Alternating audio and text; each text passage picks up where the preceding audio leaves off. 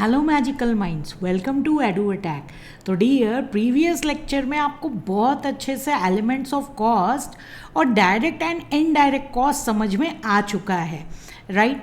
तो अभी हम क्या देखने जा रहे हैं? अभी हम ये देखने जा रहे हैं कि अगर एग्ज़ाम में हमें ये थ्योरी क्वेश्चन आता है या कोई हमसे ओरली इसका कॉन्सेप्ट पूछता है तो हमें कौन कौन से कीवर्ड्स अपने डेफिनेशन में लिखने ज़रूरी हैं, राइट। तो सबसे पहले ये पूरा चार्ट आपको ऑलरेडी जो है वो समझ में आ चुका है, और जिसमें हम elements of cost, material, labour, other expense और हर एक टाइप डायरेक्ट और इनडायरेक्ट की बात कर चुके हैं। तो इसको हम वन बाय वन जो है अभी देखेंगे। तो सबसे पहले हमने देखा था कि मटेरियल दो टाइप का होता है, डायरेक्ट एंड इनडायरेक्ट, ठीक है।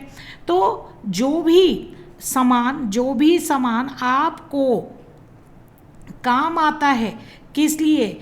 प्रोडक्ट को बनाने में जो भी मटेरियल आपको काम आता है, जो भी सब्सटेंस आप यूज़ करते हैं प्रोडक्ट को बनाने में, उसको हम क्या बोलते हैं? मटेरियल।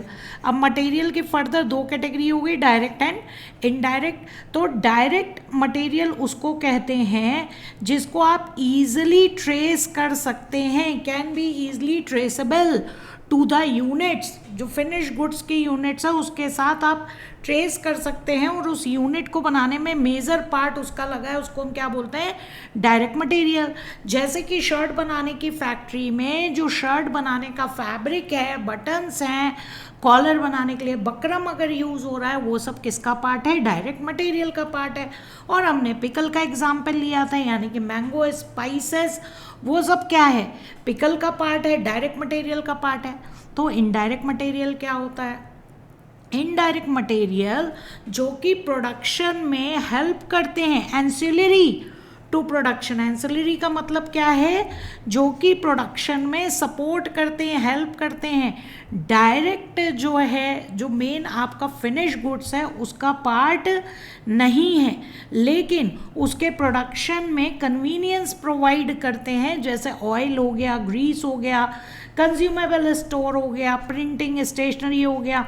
जैसे कि मैंने आपको पिकल के बिजनेस मात्रा में बताया था कि भाई जो प्रोडक्ट बन रहा है तो किचन तो गंदा हो गई, तो किचन को साफ़ करने के लिए जो फिनाइल आ रहा है, ठीक है, जो चीज़ें आ रही हैं, या आप कहिए कि जिन बर्तनों में जो आपके यूटेंसिल्स हैं जिनमें पिकल बनाया जा रहा है, ठीक है, या ग्लव्स वगैरह पहन के बनाया जा रहा है, तो वो सारी चीज़ें क्या होती है? इनडायरेक्ट मटेरियल होती है। इनको आप डायरेक्ट ट्रेस नहीं कर सकते हो फिनिश प्रोडक्ट की यूनिट से, राइट। नेक्स्ट हम देख रहे हैं, तो नेक्स्ट हमारा क्या है कि लेबर की बात कर रहे हैं। तो अगर कोई वर्कर लगा है प्रोडक्शन में, फिनिश प्रोडक्ट को बनाने में, तो उसकी जो कॉस्ट होगी, उसके जो खर्चे होंगे, वो किस में आएंगे? लेबर कॉस्ट में आएंगे। ये समझ में आ गया। अब हमारा लेबर किस कैटेगरी का है? डायरेक्ट है, और क्या है? इनडायरेक्ट है।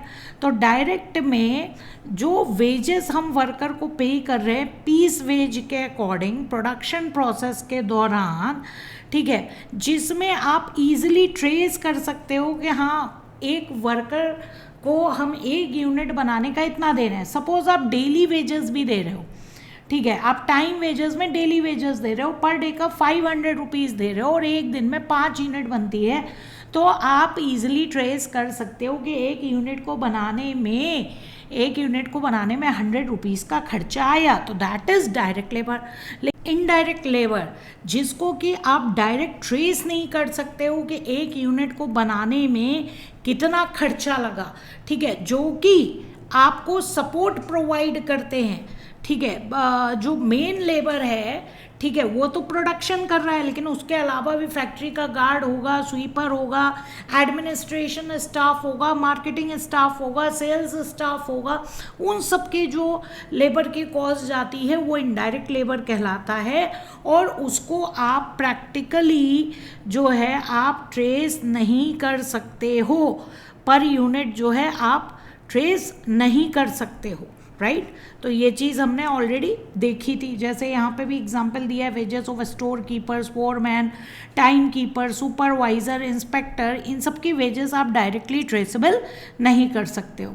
अब हम बात कर रहे हैं एक्सपेंस की।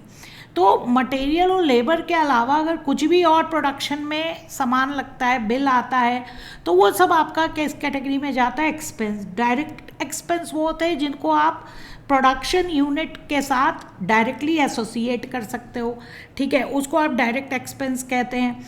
जैसे कि स्पेशल लेआउट बना रहे हो एक प्रोडक्ट का, आप डिज़ाइन ड्राइंग बना रहे हो, एक पर्टिकुलर टूल और इक्विपमेंट जो है उस पर्टिकुलर जॉब के लिए ही, मतलब कि आप ले रहे हो एक पर्टिकुलर जॉब, मतलब कि एक आपको सपोज स्पेसिफिकली आप कह लो कि फॉर एग्जांपल चॉकलेट बनाने का हमें ऑर्डर मिला, उस चॉकलेट स्पेसिफिक जो है शेप का बनना है, उसके मोल्ड्स आए और वो मोल्ड जो है 2-3 बार जो उनका जो जॉब था, जो हमें ऑर्डर मिला था, उसी जॉब को यूज़ करने में वो ख़राब हो जाएंगे। तो ये आपका क्या है? डायरेक्ट एक्सपेंस है। अगर ऐसा होता है तो वो डायरेक्ट एक्सपेंस है, राइट। इनडायरेक्ट एक्सपेंसेस जिनको हम डायरेक्टली जो है एसोसिएट नहीं कर सकते हैं, फॉर एग्जांपल आपका बिजली का बिल हो गया, आपका टेलीफोन का बिल हो गया, दुनिया भर के आपके बिल होते हैं जो आप खर्च करते हो, उसको हम क्या बोलते हैं? इनडायरेक्ट एक्सपेंस बोलते हैं, राइट। आगे हम देख रहे हैं, अब देखिए नेक्स्ट टर्म जो हमने सीखा था वो सीखा था प्राइम कॉस्ट। तो अगर हम डायरेक्ट मटेरियल, डायरेक्ट लेबर और अदर एक्सपेंस को ऐड ऑन कर देते हैं, ठीक है, तो उसको हम क्या बोलते हैं? Prime cost. तो प्राइम कॉस्ट क्या होता है? टोटल होता है। अगर हम देखें तो जो प्राइम कॉस्ट है वो टोटल है डायरेक्ट मटेरियल का, डायरेक्ट लेबर का और डायरेक्ट एक्सपेंस का, राइट। इन तीनों को आप ऐड कर देंगे तो आपका क्या आएगा? प्राइम कॉस्ट आएगा। ये अभी हम कॉस्ट शीट में भी आगे जाकर देखेंगे।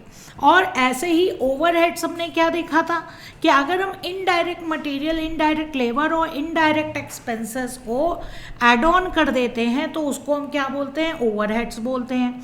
इसके बाद हमने एक और चीज़ देखी थी कि ओवरहेड्स को फर्दर हम 3 कैटेगरीज में डिवाइड कर सकते हैं, यानी कि जो ओवरहेड्स फैक्ट्री में हुए, मैन्युफैक्चरिंग यूनिट में हुए, उनको प्रोडक्शन, मैन्युफैक्चरिंग और वर्क्स ओवरहेड भी बोलते हैं, ठीक है, इसको हम वर्क्स ओवरहेड भी बोलते हैं।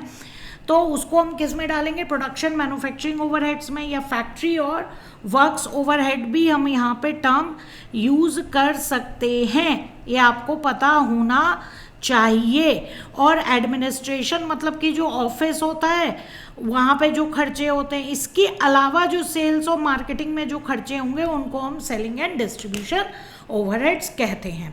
तो यहाँ तक आपको बहुत अच्छे से क्लियर हो गया है। कॉस्ट के बेसिक्स मैं मानकर चल रही हूँ कि आपको बहुत अच्छे से समझ में आ गया है। मैंने हर तरीके से समझाने की कोशिश की है। इसके अलावा भी अगर आपको डाउट रहते हैं तो आप कमेंट में लिखकर ज़रूर पूछिए। मेरी कोशिश रहेगी कि 24 आवर्स में मैं आपको आंसर दूँ। आपको नोट्स चाहिए तो आप मुझे कमेंट करिए, राइट। कोई भी और आपको ब्राउजिंग में दिक्कत होती है, हमारी प्लेलिस्ट को ढूंढने में दिक्कत होती है, तो आप यूट्यूब चैनल के साथ साथ नोट्स के लिए और थ्योरी के लिए हमारे eduattack.com को भी विजिट कर सकते हैं। और प्रॉमिस करिए कि आप मेरे साथ ऐसे ही बने रहेंगे अगर आपको कॉस्ट की डीपली नॉलेज चाहिए।